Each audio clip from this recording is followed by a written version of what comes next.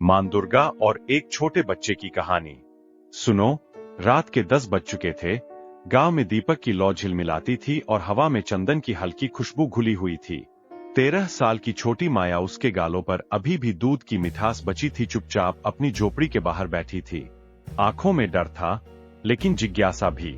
उसने कानों में सुना था कि मां दुर्गा आज रात अपनी सवारी पर निकलेंगी, शेर की पीठ पर, लाल साड़ी लहराती, कमल की आंखों से चमकती। लोग कहते थे कि जो सच्चा मन से बुलाएगा वो आती है।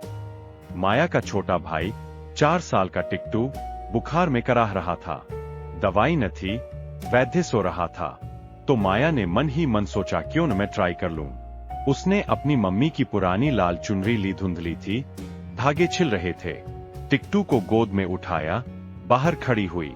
आसमान पर बादल काले थे, लेकिन एक जगह से चांद की किरण फिसली, जैसे कोई दरवाजा खुला हो।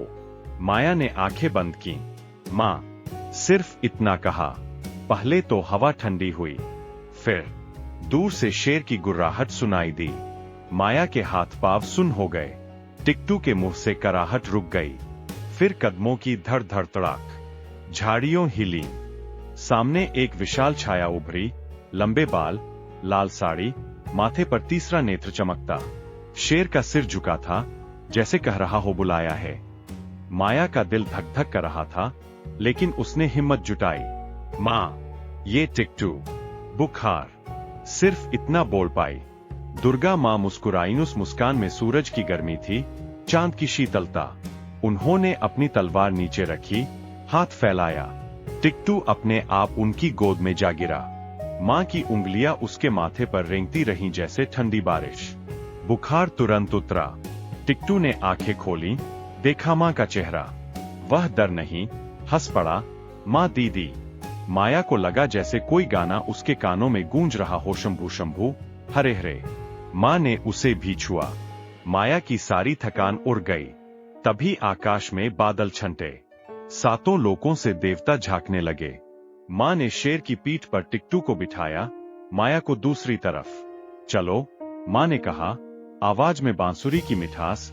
तुम्हारे गांव का नाम लिख दो मेरे कंधों पर। वे उड़ चले नीचे। खेत चांदी जैसे चमक रहे थे, नदी सोने की तरह। टिक्टू ने पूछा, मां, आप रोज आती हो? मां ने हंसी, सिर्फ तब जब कोई बच्चा रात में मेरी आहट सुन ले। माया ने देखा, हर घर की छत पर छोटे छोटे दिए जल रहे थे, जैसे सब जानते हो कि आज कुछ खास है। वे पहुंचे हिमालय की चोटी पर। वहां एक गुफा थी, जहां मां की मूर्ति नहीं, बल्कि असली मां बैठी थीं। पीछे नंदी खड़ा था, सामने गंगा बह रही थी। मां ने टिक्टू के लिए अमृत की एक बूंद निकाली प्याले में, चांदी का। टिक्टू ने पी ली, आंखें बंद हो गईं। सपने में वह दुर्गा का भाई बन गया। माया को मां ने कुछ दिया, एक छोटा सा लॉकेट, अंदर शेर की नुकीली आंखें बनी थीं। ये रख, मां ने कहा, जब डर लगे मेरी आंखें देखना। फिर आखिरी बार देखा माया की आंखों में अपना ही चेहरा। शेर ने उड़ान भरी। नीचे वापस गांव सो रहा था। मां ने दोनों को जमीन पर उतारा। शेर की पूंछ छुई, वो हवा में गुम हो गया। चुनरी माया के कंधों पर वापस आ गई, लेकिन अब वो चमक रही थी। टिक्टू ने हामी भरी, माया दीदी, कल फिर बुलाएंगी। माया मुस्कुराई, शायद अगर हम उनकी तरह बहादुर रहें। अगली सुबह सूरज उगा तो टिक्टू दौड़ता हुआ आया। दीदी, देख। उसके हाथ में वही लॉकेट, लेकिन अब अंदर से मां का छोटा सा संदेश लिखा था चांदी के अक्षरों में, मैं हमेशा होंगी, बस बुलाओ। और रात रात भर माया छत पर बैठती, चुनरी लपेटे, स्टार्स को देखती। कभी कभी हवा में शेर की हल्की गुर्राहट सुनाई देती, जैसे मां कह रही हो, मैं हूं ना।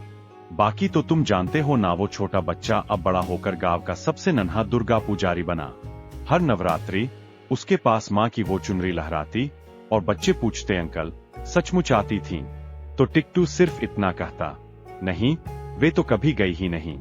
क्योंकि असल मां वो हवा में होती है। जब कोई बच्चा रात में मां पुकारे, तो उनकी आहट सुन ले। J'ai Matadi.